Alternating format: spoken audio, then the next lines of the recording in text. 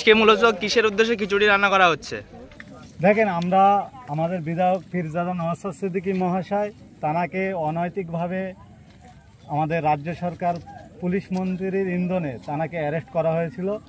সেই নওশাদ সিদ্দিকী মহাশয় মুক্তি হওয়ার খুশিতে আজকে চালতাবেড়ি অঞ্চলের অন্তর্গত বামুনিয়া গ্রামের বেশ কিছু যুবক এবং গ্রামবাসীর সম্মিলিত প্রচেষ্টায় তারা একটা আনন্দ উপভোগ করছেন। আমরা দেখছি পশ্চিমবঙ্গের বিভিন্ন প্রান্তে তানারা আনন্দ উপভোগ করছে।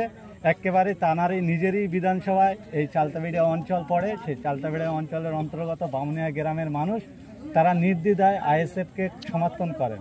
আপনারা জানেন, আজকে যে বুথে আমরা এই প্রোগ্রামটা করছি, একেবারে একজন নির্দল ক্যান্ডিডেটকে তারা নবনির্বাচিত করেছিল, কিন্তু তারা অ্যাকচুয়ালি এনাদেরকে ছেড়ে চলে গেছে। কিন্তু আপনারা দেখাচ্ছেন যে বামুনিয়ার মানুষ, অসংখ্য মানুষ, তারা আজও পর্যন্ত ইন্ডিয়ান সেকুলার ফ্রন্ট অর্থাৎ আইএসএফকে সমর্থন করেন। তারা তাদের পঞ্চায়েত হারিয়ে যাওয়ার বেদনাকে দূরে রেখে দিয়ে আজকে তাদের প্রাণপ্রিয় বিধায়ক মহাশয় ঘরে ফিরেছেন, তার আনন্দে এই খিচুড়ি আয়োজন করেছে। আবার তো ধর্ণা মঞ্চের ডাক দেওয়া হয়েছে, আপনারা কি যাবেন?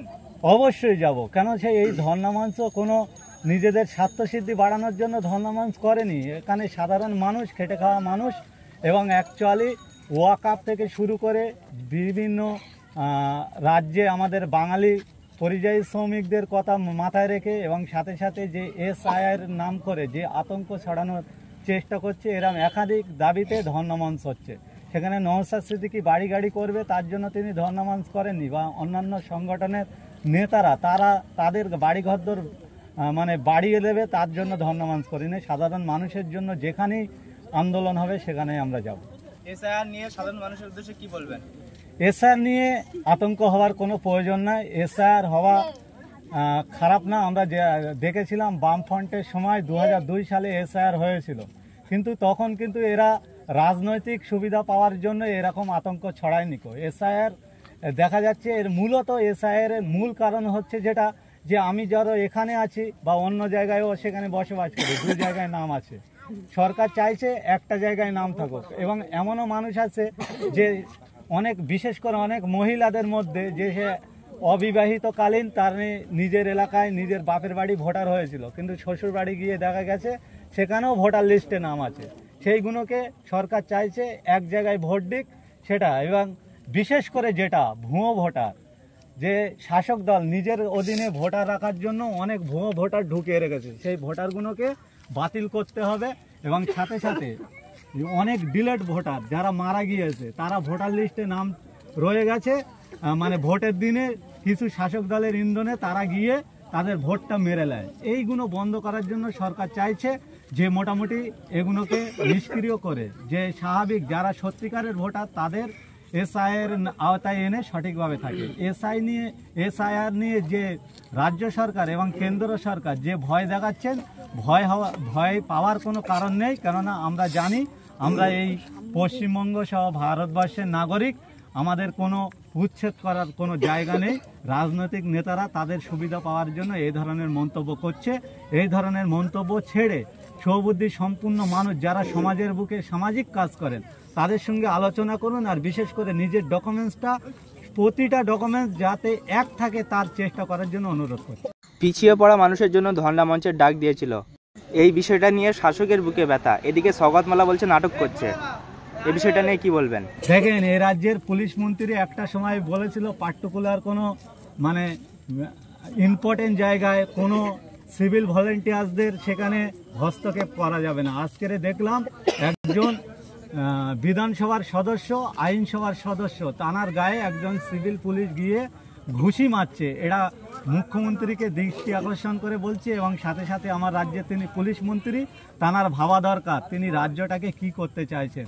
রাজ্যের আইন শৃঙ্খলা নষ্ট হচ্ছে সেটা তানার দৃষ্টি আকর্ষণে আসছেন না। তিনি যদি মনে করেন যে সিভিলকে দিয়ে দাদাগিরি দেবেন, বাংলার মানুষও প্রস্তুত আছে, হয়তো নিজেরা আইন হাতে তুলে নিতে পারে। তাই আইনের উপরে আস্থা রেখে সংবিধানকে মান্যতা দিয়ে আমরা বলবো এটাকে অবিলম্বে বন্ধ করতে হবে। সাথে সাথে যারা পদ অধিকারী, সিভিল থেকে যারা পদ অধিকারী কনস্টেবল বা ইন্সপেক্টর হচ্ছে, তাদের নেম প্লেট লাগানোর জন্য আমি সাথে সাথে অনুরোধ করছি, কেননা বাংলার মানুষ যেভাবে খেপে আছে, নেম প্লেট না থাকলে সাধারণ মানুষ ভেবে হয়তো তাদের গায়ে হাত তুলতে তারা মানে থেমে থাকবে না বলে আমরা মনে করছি। আমরা দেখেছি নওশাদ সিদ্দিকী সাধারণ মানুষদের জন্য আন্দোলনটা করছে, এদিকে শওকত মোল্লা বলছে নাটক করছে। হ্যাঁ, শওকত মোল্লা তো নিজেই নাটকবাদ। আজকের শওকত মোল্লা, কোন শওকত মোল্লার কথা আপনি বলছেন? যে শওকত মোল্লা 2011 সালের পূর্বে এই মমতা বন্দ্যোপাধ্যায়ের গাড়িতে বোম বেরোছিল, এই শওকত মোল্লা সেখানকার জীবনতলার প্রোগ্রামকে বোম দিয়ে উড়িয়ে দিয়েছিল। আজকের তিনি মমতা বন্দ্যোপাধ্যায় আদরের দুলাল হয়ে গেছে, তাই তিনি এই ধরনের কথা বলছে। ওনারা সবসময় সাপ হয়ে কামড়ায় আর রোজা হয়ে বাঁচানোর চেষ্টা করে। বাংলার মানুষকে যখন নওশাদ সিদ্দিকী নতুন দিশা দেখিয়ে জাগরণ সৃষ্টি করছে, তাঁরা ভয় পাচ্ছেন। আমরা বলি ভয় পাওয়ার দরকার নেই, গণতন্ত্র বজায় রাখুন, গণতন্ত্র প্রক্রিয়ায় মানুষের অধিকার ফিরিয়ে দেন।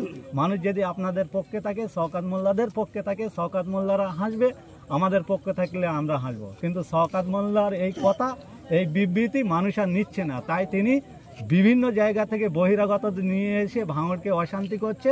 আমরা ভাঙড়ের মানুষকে সংযুক্ত করছি, ভাঙড়ের মানুষকে আমরা আশ্বস্ত করছি, ভাঙড়ের মানুষকে আমরা জাত ধর্ম বর্ণ নির্বিশেষে সমস্ত মানুষের প্রচেষ্টায় সুন্দর সমাজ গড়ার জন্য ডাক দিয়েছে নওশাদ সিদ্দিকী। তার হাতকে মজবুত করার জন্য আমরা সর্বস্তরের সংগঠনকে মজবুত করছি।